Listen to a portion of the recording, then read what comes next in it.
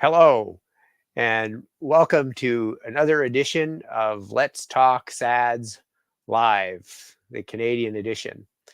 I'm your host, Dr. Shu Sanitani, and I am coming to you from Vancouver. And so it is good morning out here. I know many of you are streaming this on your own time, so wherever you are, good afternoon, good evening, and really honored to be here representing the Canadian SADS Foundation, Sudden Arrhythmia Death Syndromes, SADS conditions that have affected so many young people, previously healthy people with sudden unexpected cardiac arrest. And so we're here really with the mission of educating. And so we do this with a monthly chat where really we want to learn together. And so we come together collaboratively to learn. I'm not really able to give you specific medical advice about your own particular journey, but certainly the Canadian SADS Foundation is a great resource for how to find help and how to get connected. And I really want to thank our partners, the US SADS Foundation, and Alice, Laura, and Aaron are in the studio helping us today. And I think with all the recent blue screens, it's nice to have some tech support right on standby here. So I'll just go ahead and share some slides here. I know that many of you will know that I like to do a little bit of fun facts or trivia, and this year we have continued with that. So we'll just take a moment to see the slides come up there. Before we get going, I do want to thank our sponsors, Lexio Therapeutics, Solid Biosciences, and Thrive Therapeutics. And I will say that we're really in a different era of medicine, but certainly in the inherited arrhythmia and arrhythmia cardiomyopathy, so where the heart muscle is also affected, we're in a very different era. And it feels to me like it's come on fairly suddenly. Now, that, of course, isn't the case. The scientists and the funders and the pharmacologists and all the regulations people, they've been working on these products, for many years, if not decades. And we are now hitting a point where several products are coming to clinical trials at the same time. And these are just three of the companies that are in that realm. There are, of course, other companies. These are the clever ones that have supported us with some sponsorship, and we're very grateful. I feel that the partnership with SADS for these companies, so the Canadian SADS and the US SADS, is so important because there really is, it's important to have good patient voices in talking to these companies who want to do very aspirational, ambitious trials. So the treatment of conditions like long QT syndrome or CPVT, catecholaminergic polymorphic ventricular tachycardia, they're really looking to evolve over the next few years. And I think it's very exciting times. Now, why does SADS need any funding? Well, even just hosting a webcast costs some money, some fees here and there, but also we'd like to do things like we'd like to get a family meeting. Perhaps maybe 2025 will be our year where we can get together in person again. I know COVID is not fully behind us, but it's been a challenge. And there's a wonderful meeting coming up in November with the US SADS group in Chicago, around the 6th or 8th of November. We'll have to put that up next month. So, lots of our activities require some support, and we rely on sponsorship, but also on our very many generous donors. So enough of a plug. Let's talk about some fun facts. And last year, we tried to really focus on some Canadian facts. This year, I'm trying to talk a bit more about the medical conditions And so it's a bit of a hodgepodge. Just a reminder that here CPVT looks like digoxin. Poisoning digoxin, of course, is a very old medication that comes from plants. Arrhythmogenic cardiomyopathy was recognized several hundred years ago. Brugada syndrome, even though is known to mostly involve adult males, the first series of it included 3 children. And then some terminology. Why did ARVD become ARVC? And then some of the history. Long QT syndrome, which is the most common of the ion channel conditions. So where the heart is structurally normal, but the way the electricity flows through these ions is abnormal. And then we expanded that and talked a bit about the ear. And then last month, in alignment with our gene therapy guest, Solid Biosciences, we said actually gene therapy has been around for a lot longer than we realize. And today, talk about been around a lot longer. So today, we're going to be talking with a wonderful guest about the autonomic nervous system and something called cardiac denervation. And this is Galen, who lived in the 1st and 2nd centuries and was the first person to describe the autonomic nervous system. You can see the anatomy wasn't bang on. We had the normal spirit and the vital spirit coming from different places. Animal spirit came from your head, apparently. So, but this gentleman described the autonomic nervous system thousands of years, really, before we started understanding it. So with that said, I want to introduce our guest. Dr. Joseph Atallah, or Joe Atallah, is an old friend and a wonderful electrophysiologist. He is based at the Stollery Children's Hospital, where he's the medical director of electrophysiology. He did his medical training at McGill and then completed residency there before doing his fellowship at Stollery. And he did his pediatric electrophysiology in Boston. And so also did a master's in epidemiology from Harvard. So a very thoughtful researcher. And I have the privilege of having collaborated with Dr. Atallah for many years. So with that said, let's bring Dr. Atallah into the studio. And we're going to talk today about the autonomic nervous system and a specific treatment. Joe, welcome to the Canadian SADS webinar. Shu, thank you for your kind words, and thank you for having me today. So, I've known you a long time, but give our audience and me a little refresher. How did you get into the inherited arrhythmia field? When along your journey did that become an interest? Yeah, I guess maybe right from the beginning with some different boosts along the way. I mean, part of my training was obviously in inherited arrhythmia, and it seems that has always been an exciting period in inherited arrhythmias. At that time was really the transition away from devices and mostly medical therapy. And a few years after starting here, I had the opportunity to be able to build a team and start our own dedicated pediatric inherited arrhythmia clinic. So that was a very nice venture and a successful one with collaboration with medical genetics and some of our adult colleagues. And over the past few years, I think the Canadian collaborative under HERO, the Heart and Rhythm Organization, has created some really healthy and exciting momentum in the field of inherited arrhythmia, and part of the trigger for the whole pursuit of the left cardiac sympathetic denervation program in Canada.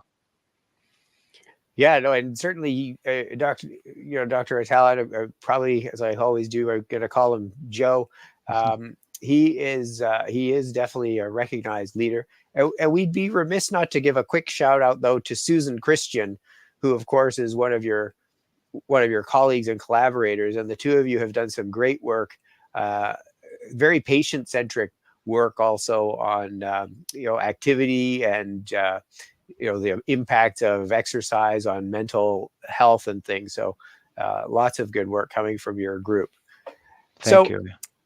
cardiac denervation, give us a the introduction. What exactly are we talking about? So we're talking about a surgical procedure that targets the nerves along the left, specifically left part of the spine, but it could be left and the right, and targets the nerves that are mostly dedicated for cardiac innervation, and the surgical procedures intended to cut these nerves.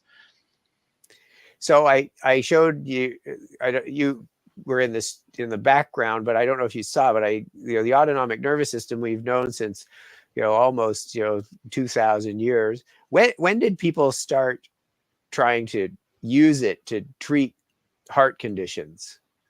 Yeah, so this procedure is definitely very old. It was apparently in the late 1800s when somebody proposed that maybe we should cut the nervous system to improve cardiac outcomes, specifically in the context of arrhythmias and ischemic heart disease. And it was over a century ago, I think in 1912 or so, where it was used specifically in patients with ischemia and angina for pain initially, for pain control, and subsequently for prevention of arrhythmia, specifically after a heart attack or ischemic myocardial infarct. So very Right. old. So, and as I often joke in the clinic here, so much of medicine comes from looking after what impacts mostly, the adults and old men in particular, who were very overrepresented in this what's called ischemic heart disease, where the blood supply to the heart is not sufficient, and so.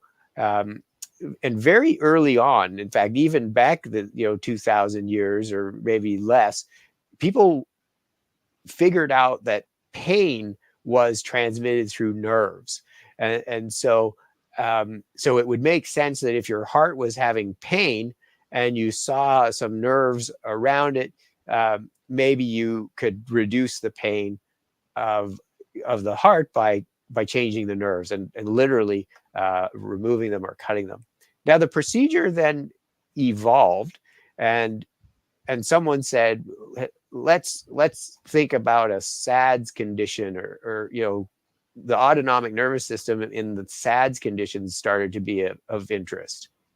Yeah, absolutely. So after that kind of initial interest, it really fell out of favor, mostly because it was the predecessor of beta blockers. So once beta blockers came in, then the use in ischemic heart disease became less and eventually not frequent. And in the 70s, Peter Schwartz was, we can say, responsible for the renaissance, the rebirth of left cardiac sympathetic denervation, initially with some case reports and observation in patients with severe long QT syndrome. So that's when it kind of came back to life as a surgical or as an intervention for patients, and specifically long QT.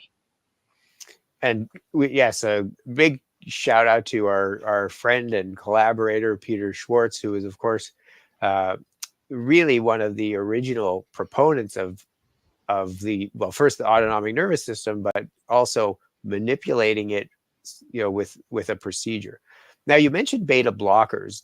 Lots of our families are familiar with them, and so why are the beta blockers not sufficient? Like why do you have to take it to that next step of actually, now maybe changing how the heart is innervated? Yeah, I'm not sure it's all really very clear, and how really the exact differences between the effect of beta blockers, which really block the epinephrine and norepinephrine impact on the heart versus the sympathetic denervation. But it's although they both limit the epinephrine and norepinephrine or the adrenaline stimulus of the heart, the sympathetic denervation has some other effects in terms of how organized or disorganized electrical activity of the heart is, and how likely you are to have arrhythmias. So there's definitely overlap. They're complementary, but there are some basic differences. And as we often recognize also is that the body's very good at adapting to medication. So, if you're blocking the beta receptor, the body can make some more, whereas it doesn't tend to, grow new nerves that easily. So that might be some of the difference as well. So what conditions are we mostly interested in for denervation in the SADS realm? So we're not really dealing with ischemic heart disease, sort of the coronary artery disease, but what are the SADS conditions where you've had some experience, or the world has had some experience with this? Yeah, in the SADS realm, really the focus is on two conditions: congenital long QT and CPVT, or catecholaminergic polymorphic ventricular tachycardia. Those are the main two conditions. There has been some case reports and some experience with other conditions, but those are really very limited. But CPVT and long QT are the main focus or the target for the sympathectomy procedure. So let's separate those, because I mean, within long QT there's different types. We know long QT1 is mostly triggered by exercise and, interestingly, swimming related events. So loss of consciousness during exercise or swimming is always a warning. Not so much if you exercise and stop and then, feel some warning and pass out, but if you don't have that warning, or you're, in the pool when you lose consciousness. So long QT1 is mostly exercise induced. Long QT2 is a bit of a mixed, some are at rest, some are even loud sounds. Are there differences in how good denervation is between the different types of long QT, or our use? Yeah, I think there is, although the data is a bit still unclear and maybe a little bit confusing. The initial series in the 1990s and the 2000s suggested that it's more the patients that will benefit the most are probably long QT1, and that one is kind of it makes sense, and maybe long QT3. But there's a more recent study with decades of experience with sympathectomy that suggested that long QT1 and 2 would benefit, or couldn't really find a phenotype difference in terms of the benefit from it. So I would say there's still a little bit of lack of clarity from the data available. And for now, it seems that you can consider applying it to really most phenotypes. When researchers have looked at patients who didn't respond based on the phenotype, those who seemed to be the non-responder group were the long QT, some patients with long QT3, not all, and those with multiple mutations. So yeah, and just to remind our audience, long QT3 is the least common form of the three common forms. There are other rare forms, of course, but long QT3 is a different mechanism. It's a sodium channel abnormality as opposed to potassium, which may have some relevance in how well these treatments work. So what's the sort of typical progression in long QT?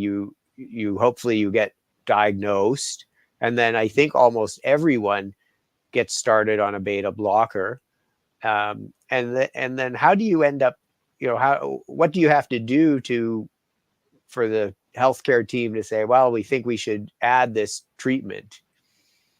Yeah, I think for most people, you probably have to fall in the high risk category and continue to have events, cardiac events on what we call optimal medical therapy or appropriate or good doses of beta blockers.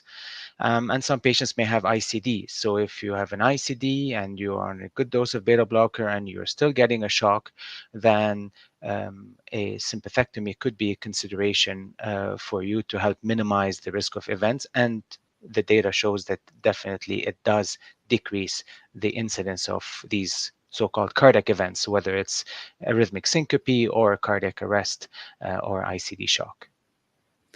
And long QT1 in general for most people responds very well to beta blockers, and most don't need defibrillators. Some certainly end up with defibrillators, but I'm not confident that they're always necessary. But adding this additional layer, does it actually shorten the QT? Is the outcome fairly good with the long QTs 1 and 2 in particular? Yeah, so that most recent large series showed a very nice correlation between when sympathectomy shortens the QT and the decrease in cardiac events at short and long-term follow-up. And it also showed that that shortening of the QT is progressive or continues to happen with time. So when they looked at the patients early after the procedure, some of them had that QT shortening, and then at 6 months, the QT had shortened even more. And we know that the QTC that you start with at baseline is a risk factor. So we know that there's a difference in the risk of outcomes between those. But those who have that additional beneficial shortening of the QT with time will benefit from the left cardiac sympathetic denervation. Now, we know that access to this procedure is limited.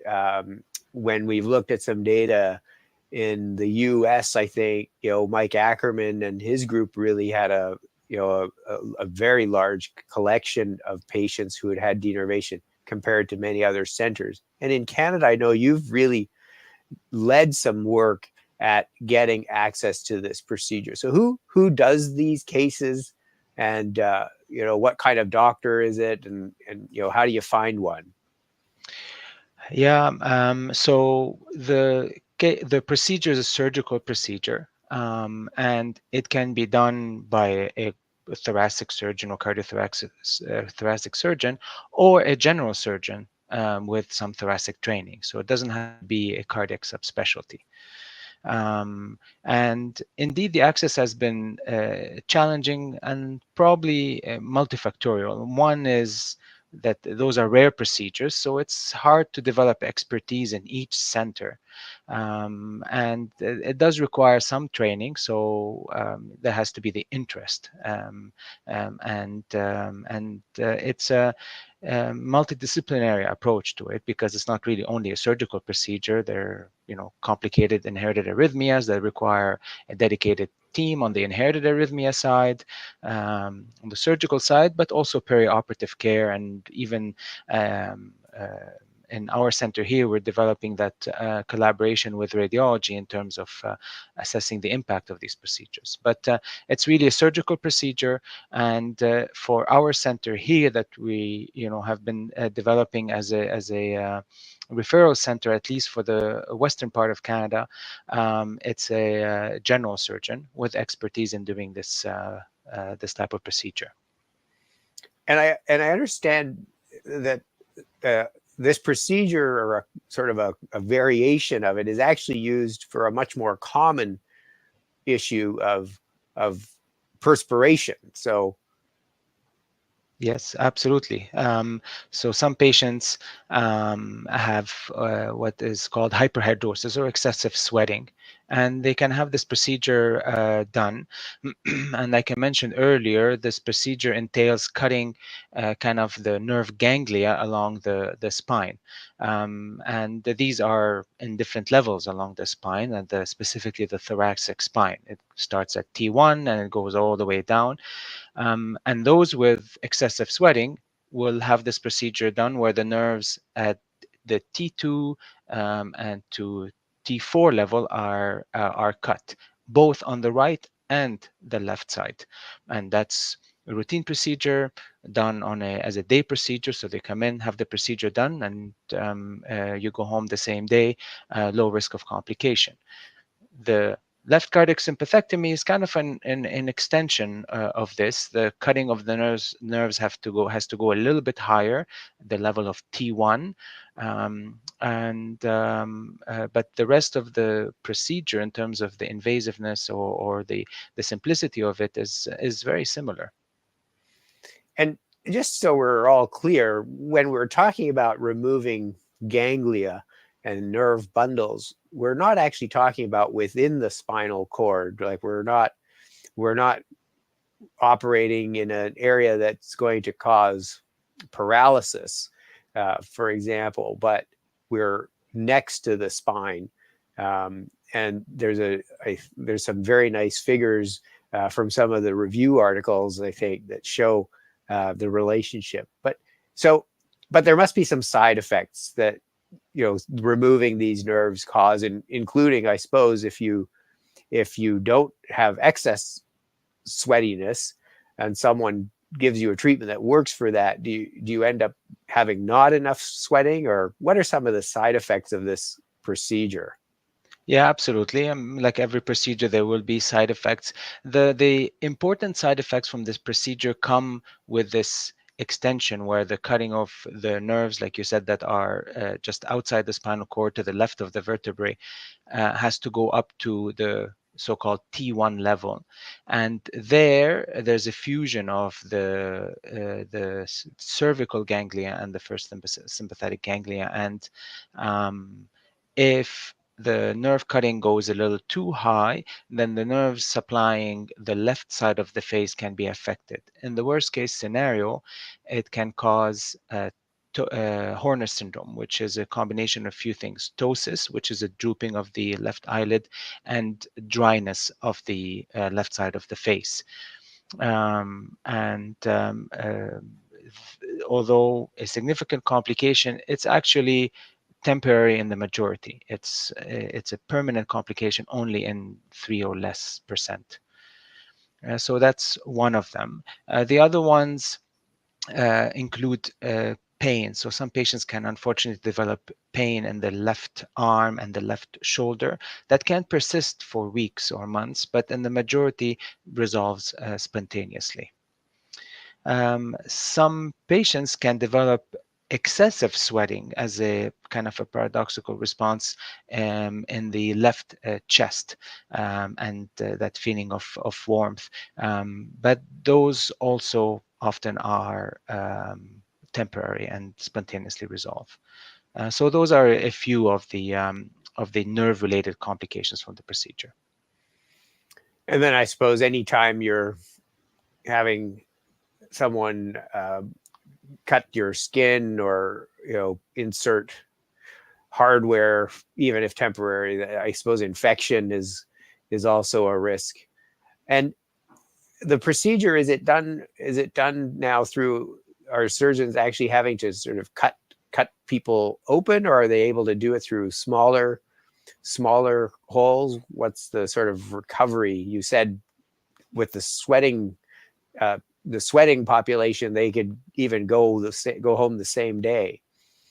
Yeah, absolutely. Although the initial kind of approach was so-called supraclavicular or more of a surgical approach or transaxillary, now it's called or it's abbreviated as VATS, or video-assisted thoracoscopic surgery. So it's 2 and maybe 3 small incisions, and in the left chest, and the surgeons use a small camera through one and the surgical tools through the other ones to go around the lung, visualize that sympathetic chain or those nerves along the left of the spine, and then they cut them, and at the end they remove the camera. Two small incisions receive 2 small stitches and no chest tube, and that's it. And that is indeed similar to the surgery that is done for patients with excessive sweating. And we've heard of some cases where people either, go back and, redo it or do the other side. Is that very common? I'm sort of unclear on why that would be necessary. Yeah. So to answer the second part, first of all, that should be rare, and that is often rare. And there are a few reasons.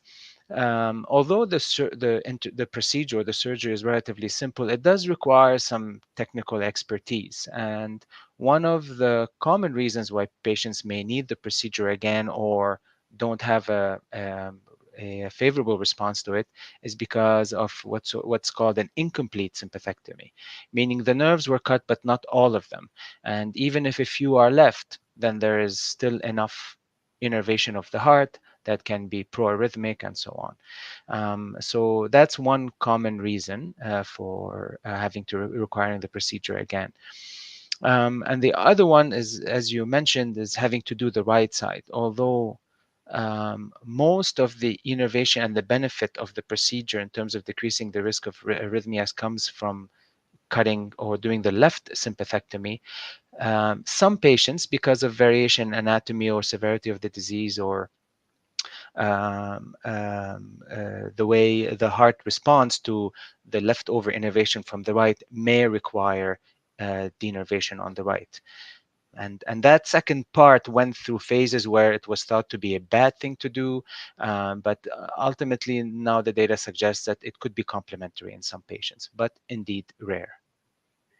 So to summarize the discussion on the long QT in particular, I think you and I are in agreement that typically a patient would have, ongoing episodes despite being on optimal medical treatment, which for most people is a beta blocker. And then some have a second medication, often a sodium channel blocker.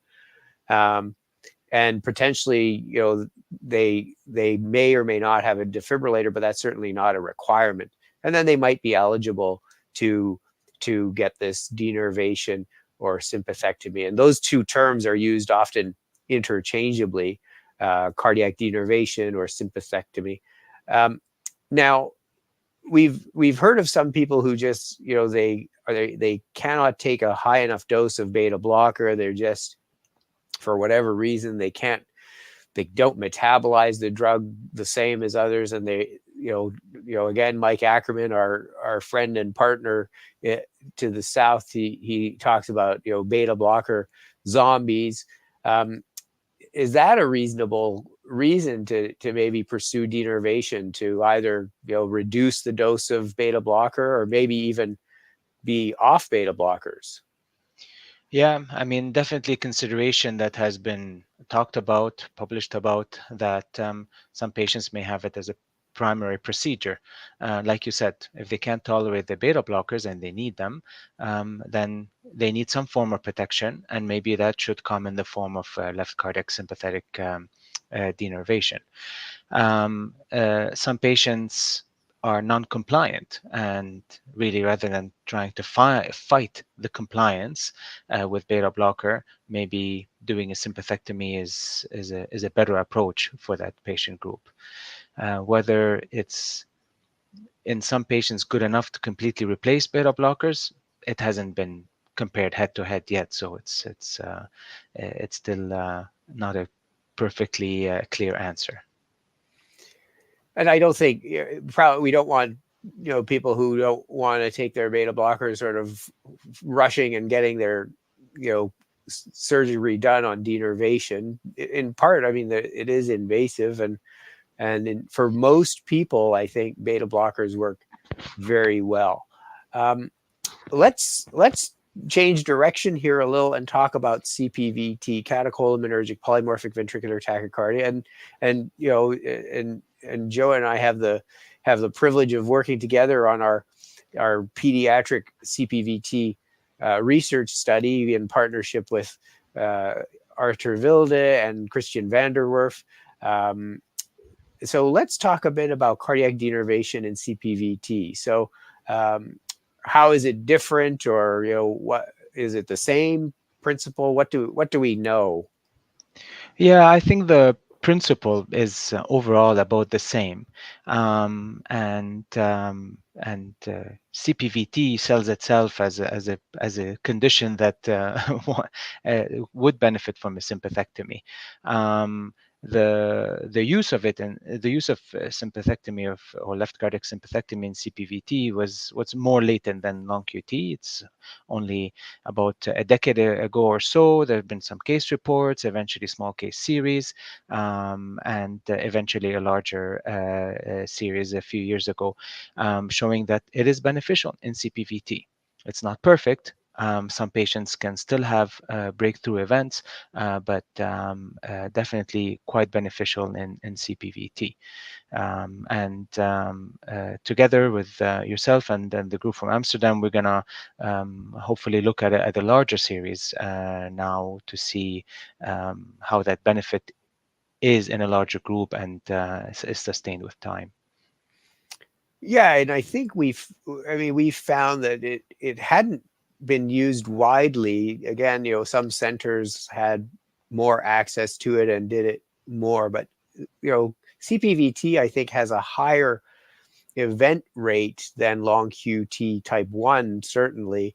You know, despite being on a beta blocker, many patients need a second medication. Flecainide is often added, but even so, with the combination of beta blocker and flecainide, unless you're you know, taking it very regularly, there's still some breakthrough events. And so we certainly have used cardiac denervation in CPVT patients more frequently than our long QT patients. Now, the study you're doing is, how's that going? Are you are you finding more cases? Are people helping you? Yeah, I think it's going well so far. We definitely will have a quite a large, relatively large patient population. The main step right now is merging the two databases, and so that we have the same level and type of data. So we are just slow in that process, but that will hopefully be beneficial for other studies that want to use both databases. But that will be the power of the study, so the combination of the two databases, but that merger takes some technical time.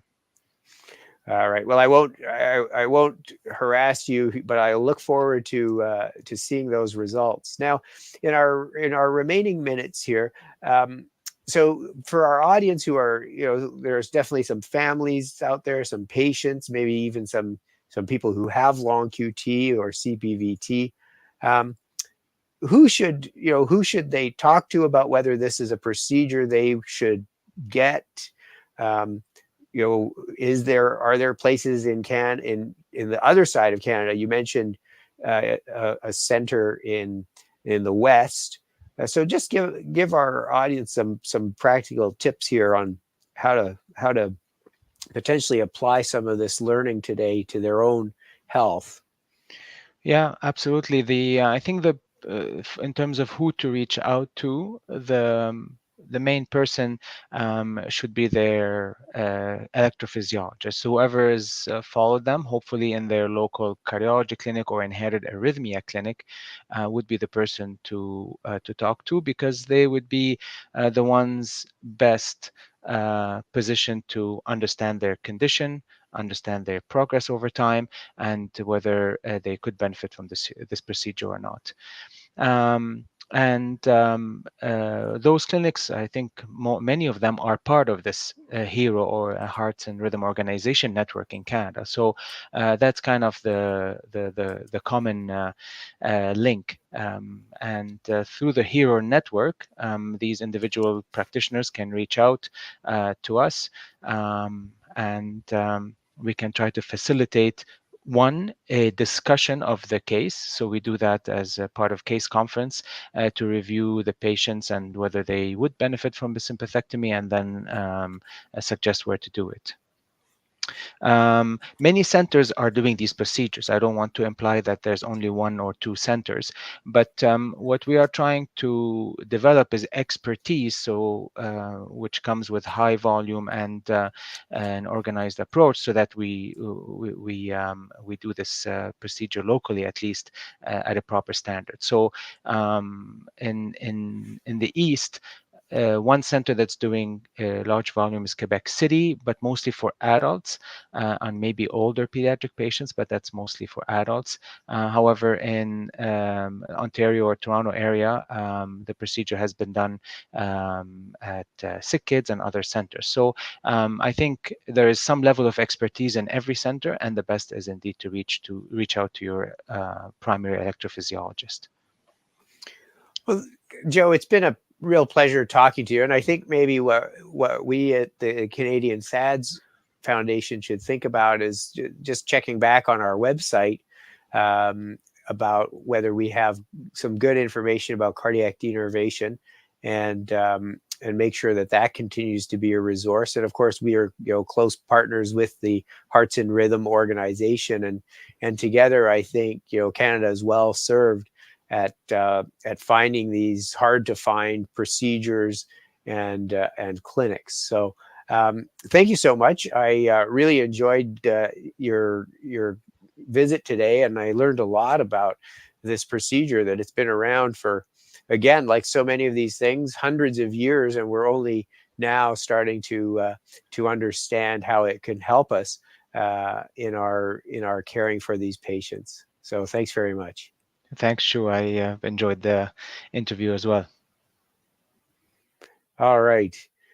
Well, as I say, it's such a privilege to be part of these conversations, and I always feel like I learn a lot that I can then take back to my patient families. And so with that, we're going to wrap up, and looking forward to our conversation next month. We're going to be talking about some activity and exercise, which is always topical, especially as we get ready for back to school. But right now we still have lots of summer left, so I hope you and your families are enjoying this time of year, and we will see you soon. Thank you very much.